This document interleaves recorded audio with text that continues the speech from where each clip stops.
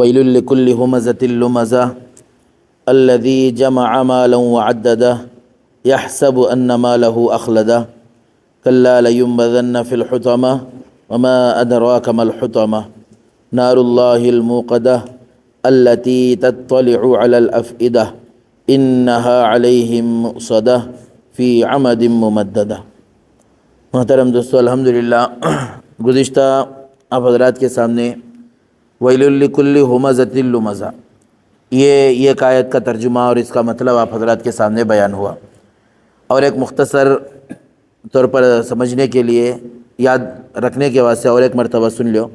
Well لکل ہمزۃ لمزہ، well لکل کا مطلب ہر اس آدمی کے لیے ہلاکت ہے، بربادی ہے، یعنی ہر وہ ایک آدمی برباد ہو جائے، ہلاک ہو جائے، جو کون ہے؟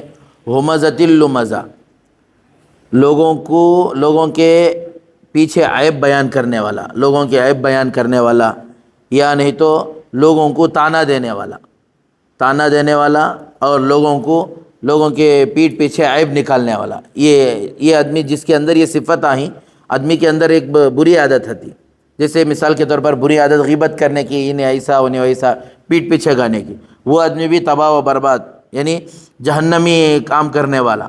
اور ایک دوسرا ڈائریکٹ بولنے والا، بھئی ایک آدمی کے اندر کوئی چیز ہے، ڈائریکٹ اسے نشانہ بنا رہا، ایسا کرنا کو، ایسا تو برابر نہیں، بھئی الحمدللہ وہ آدمی کی بات برابر نہیں ہے یا وہ آدمی برابر نہیں ہے، تو اس سے بھی ایک طریقہ ہے، صحیح انداز سے الگ بٹھا کر، سب کے سامنے نہیں جیسا، الگ بٹھا کر اسے الحمدللہ سمجھایا جا سکتا ہے۔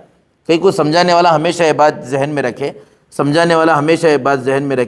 سامنے والا جو غلطی کر رہا ہے، نعوذ باللہ انہیں فرعون نہیں ہے، جبکہ اللہ تبارک و تعالیٰ فرعون کو دعوت دینے کے واسطے حضرت موسیٰ علیہ السلام اور حضرت ہارون علیہ السلام کو جب بھیجے تو اللہ تبارک و تعالیٰ کہنے لگے قولا لہ قولا لینا لعلہ یتذکر او یخشی، اے موسیٰ اور ہارون دونوں کو مخاطب، قولا لہ قولا لینا، آپ اس سے نرم گفتگو کرو، حالانکہ سامنے کون ہے؟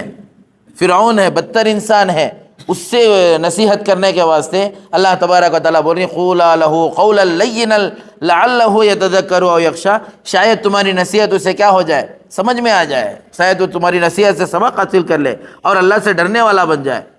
اب ہمیں جسے نصیحت کر رہی ہیں، اب ہمیں بول رہی ہیں میں اسٹریٹ فارورڈ، بھائی میں کسی بھی ڈرتا نہیں، کیا تو بھی بول لیں دے، یہ بات غلط بات ہے۔ یہ ویل لکل ہمزہ، تانا دینا آدمی کو، تو برابر نہیں ہے، تو یہ نہیں ہے، یہ بولنے کے واسطے وہی تانا جو دینے والا ہے آدمی، اس سے بھی بڑے لیول کے آدمی کو اگر تانا دیو بولو، دیکھیں گے اس کا غصہ جو نکال رہا، یا سامنے جسے بول رہا، ڈائریکٹ جسے بول رہا وہ آدمی، اس کے واسطے بھی ایک طریقہ ہے، ایک اندازہ ہے، بھئی سیدھا بولنا ہے، ڈائریکٹ آدمی کو بولنا ہے، تو ایک الگ بٹھا کر، تاکہ اس کی بے عزتی لوگوں کے سامنے نہ ہو جائے، وہ لوگوں کے سامنے ذلیل نہ ہو، کیونکہ عادت ہماری کیا، ہمیں ڈائریکٹ کسے بولتی؟ جو ہمارے سے بھی کمتر ہے، روپے پیسے میں کم ہے، یا ہمارے مقام و مرتبے میں ہمیں کم ہے، اسے ہمیں ڈائریکٹ بولتی ہیں۔ جو ہمارے سے بھی بڑا ہے ہمیں بولتی ہیں، اسے نہیں بولتے۔ کئی کو صبر کر لے کر ہگا، میں نہیں تو بولتا تھا منہ پر، یہ بیکار بات آئی۔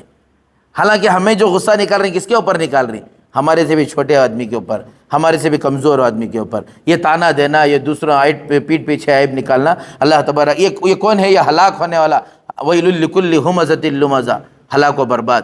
اور آگے اللہ تبارک و تعالیٰ بول رہی ہیں، اور اچھا یہ کس کے واسطے؟ کفار مکہ کے واسطے۔ نبی صلی اللہ علیہ وسلم جب دین کے محنت لے کر اٹھے، دین لے کر اٹھے، اب دھیرے دھیرے لوگ ایمان میں داخل ہونا شروع ہو گئے۔ جب ایمان میں داخل ہونا شروع ہو گئے تو ان کی جو چودراہٹ تھی، ان کی جو کرسیاں تھیں، ان کو خطرے میں نظر آنے لگی۔ اب لوگ کیا کر رہی ہیں؟ نبی محمد صلی اللہ علیہ وسلم کے پاس جا رہی ہیں، اب ان کو ماننے والے ہو رہی ہیں۔ جب ان کو ماننے والے زیادہ ہو رہی تو ہمارے ماننے والے کیا ہو گئے؟ کم ہو رہی۔ اب انہوں کیا کرتے تھے؟ صحابہ اکرام آتے تو ڈائریکٹ ان کو گالیاں دینا، نعوذ باللہ، برا بھلا بولنا، یا نہیں تو ان کے پیٹھ پیچھے برائی کرنا، نبی کی، صحابہ کی، یہ کام کرتے تھے۔ یہ ان کے واسطے اللہ تبارک و تعالیٰ خاص آیت ہے۔ اس کا مطلب یہ نہیں کہ ان کے واسطے جب یہ ہمارے واسطے نہیں۔ اگر یہ صفتیں، اگر یہ چیزیں، یہ بری عادتیں ہمارے اندر ہیں تو یہ وعید بھی ہمارے واسطے بھی ہے، وعید۔ اب دیکھو وہ زمانے کے برے لوگوں کے ساتھ ہمیں کیا ہو رہی؟ چند برائی کرنے کی وجہ سے ان کے ساتھ جا کو ہمیں بھی شامل ہو جا رہی۔ کتنی بری بات دیکھو۔ اب اللہ بول رہی وَيْلٌ لِكُلِّ هُمَزَةٍ لُمَزَةٍ، اور ایک الَّذِي جَمَعَ مَالًا وَعَدَّدَ، اور ایک آدمی کون تباہ و برباد ہونے والا، الَّذِي جَمَعَ مَالًا وَعَدَّدَ، جو مال کو جمع کر کر رکھتا ہے اور گن گن کر رکھنے والا ہے۔ اس میں ضروری وضاحت آپ حضرات سمجھو، مال جمع کرنے والا، ایک تو مال کو جمع کرے حلال طریقے سے لیکن کہیں بھی خرچ نہیں کیا، انہیں کنجوس کر لیا، یہ آدمی بھی تباہ و برباد۔ حلال طریقے سے آیا مال لیکن دین کے کاموں میں 1 روپیہ نکالنے کا نہیں، غریب کو 1 روپیہ دینے کا نہیں، غریب کو 1 وقت کھانا کھلانے کا نہیں، کہیں بھی دین کے کاموں میں خرچ نہیں کر رہا، اب یہ آدمی بھی ایسا مال جمع کرنے والا بھی تباہ و برباد۔ یعنی تو وہ آدمی مال تو جمع کر لیا، اچھا حلال طریقے میں مال تو جمع کر لیا لیکن زکوٰۃ ادا نہیں کر رہا، بالکل زکوٰۃ نکالنے کی فکر نہیں ہے۔ اب اچھا اور ایک آدمی مال جمع کرنے والا کون، پورا حرام طریقے سے مال جمع کر لیا اور گن گن کر رکھ رہا، مال تو جمع کر لیا، حرام طریقہ مال جمع کر لیا، جمع کر کو گن گن کر رکھ رہا ہے۔ اور یہ مال جمع کرنے والا اور مال کو گن گن کو رکھنے والا، 2 طریقے، ایک حلال طریقے سے مال جمع کر رہا، گن گن کو رکھ رہا لیکن غریبوں کی مدد نہیں کر رہا، یہ مال کو صرف اپنا سمجھ رہا، غریبوں کا حق اس میں نہیں سمجھ رہا، یہاں تک کہ اپنے وارثوں کا حق بھی نہیں سمجھ رہا، جس کا حق ہے اس کا حق ادا نہیں کر رہا، یہ ایک طریقہ۔ دوسرا ایک مالج غلط طریقے سے آگا، انہیں تو شروع سے گیا ہے۔ اب یہ 2 آدمیاں، دو رقم کی آدمیاں، اب کیا ہے، یحسب، ایسا آدمی کیا کر رہا ہے، یحسب ان مالہ اخلدہ، یہ آدمی گمار کر رہا اس کا مال اسے ہمیشہ بچا لیتا، یہ ہمیشہ اسے اس کا مال کیا کر لیتا، بچا لیتا۔ ایک مطلب علماء اکرام بیان کری، یا یہ ہے کہ اس کا مال اس کا نام روشن کر کو رکھتا، یہ بھی یہ مالدار ہے، میرا نام ہمیشہ کیا رہتا، میں پیسے والا، میرا نام باقی رہتا، میرا نام باقی رہتا، یا میرے اولاد میرا نام باقی رکھتی، ہرگز نہ مال ہمارا نام باقی رکھتا، نہ ہماری اولاد ہمارا نام باقی رکھتی ہے۔ باقی رہنے والے صرف اعمال باقی رہنے والے، ہمارے مال کے ذریعے سے ہمیں باقی نہیں رہتے، ہمارا مال ہم نے ہرگز نہیں بچاتا۔ اس کی زندہ مثال آپ حضرات کرونا میں دیکھ لیے، کروڑ پتی، لکھ پتی، کروڑ پتی ہسپتالوں میں ہیں، زیر علاج ہیں، بول رہی لاکھوں کے روپے دینے کے لیے تیار ہیں، بچاؤ بول رہی بچانے کے لیے کوئی تیار نہیں ہے۔ مال آیا ساتھ آیا، مال بچایا اسے، یہ ہر آدمی کی کہانی ہے، پیسے والوں کی نہیں، غریب آدمی کی بھی کہانی ہے، ہر انسان کی کہانی ہے۔ اور یہ سوچتا میرا مال مجھے بچا لیتا، نہیں، مال ہرگز نہیں بچاتا۔ عین وقت پر ایسی بیماری بھی اللہ تبارک و تعالیٰ، اللہ حفاظت فرمائے سارے انسانوں کی، امت مسلمہ کی خاص کر، کبھی کبھار ایسا ہو جاتا، بیماری ایسی آ جاتی، سمجھ میں نہیں آتا، ڈاکٹروں کو سمجھ میں نہیں آتا کیا علاج کرنا، لیکن آخر میں اس کا مال اسے نہیں بچا سکتا۔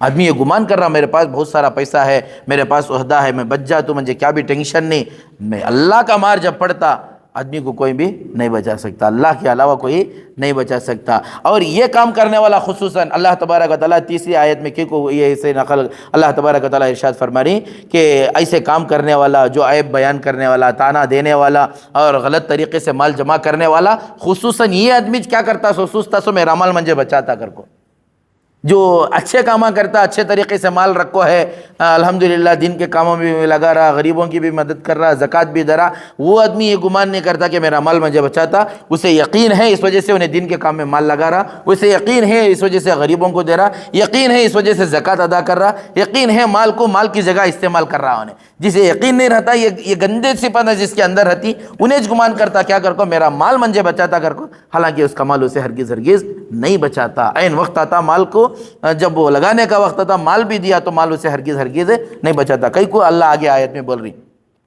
کلا کا مطلب ہرگز نہیں، جو تو گمان کر رہا میرا مال بچاتا بول کر، ہرگز ایسا نہیں ہو سکتا۔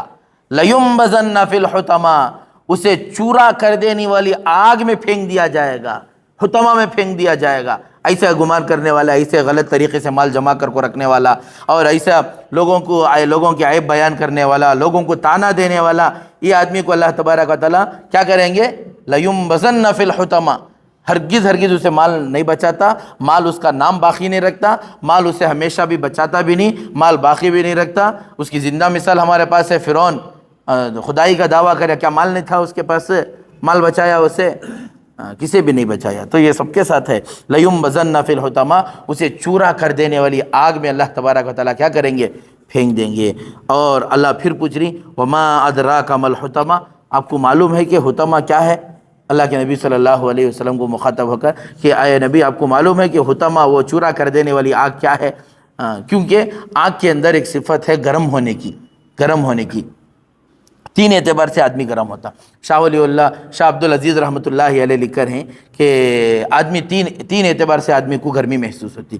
ایک وہ کہ بھئی دھوپ کی وجہ سے بہت کڑک دھوپ پڑ رہی ہے، آدمی کو گرمی محسوس ہو رہی ہے، ایسی گرمی کہ برداشت کے باہر ہو جاتی ہے بسا اوقات. یہ گرمی دھوپ کی وجہ سے، سورج کی وجہ سے گرمی محسوس ہو رہی. اور دوسری گرمی ہوتی ہے آگ جلانے کی وجہ سے.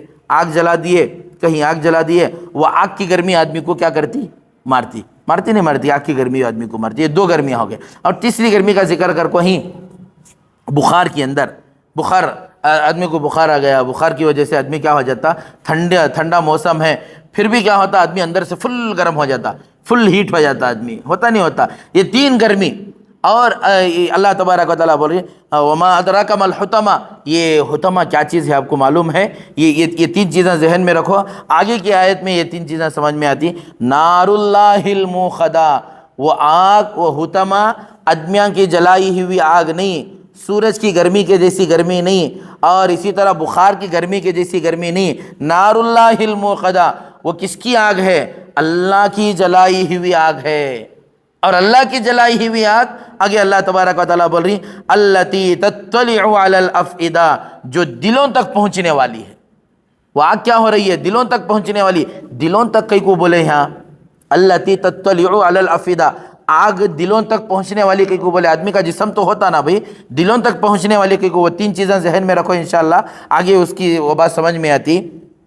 کئی کو بولے عموماً آدمی جب آگ میں جلتا یا آگ میں جل گا، آدمی کسی وجہ سے اللہ نہ کرے آگ لگ گئی، آگ میں جل گا، آدمی کے دل کو پہنچنے سے پہلے آدمی کا انتقال ہو جاتا.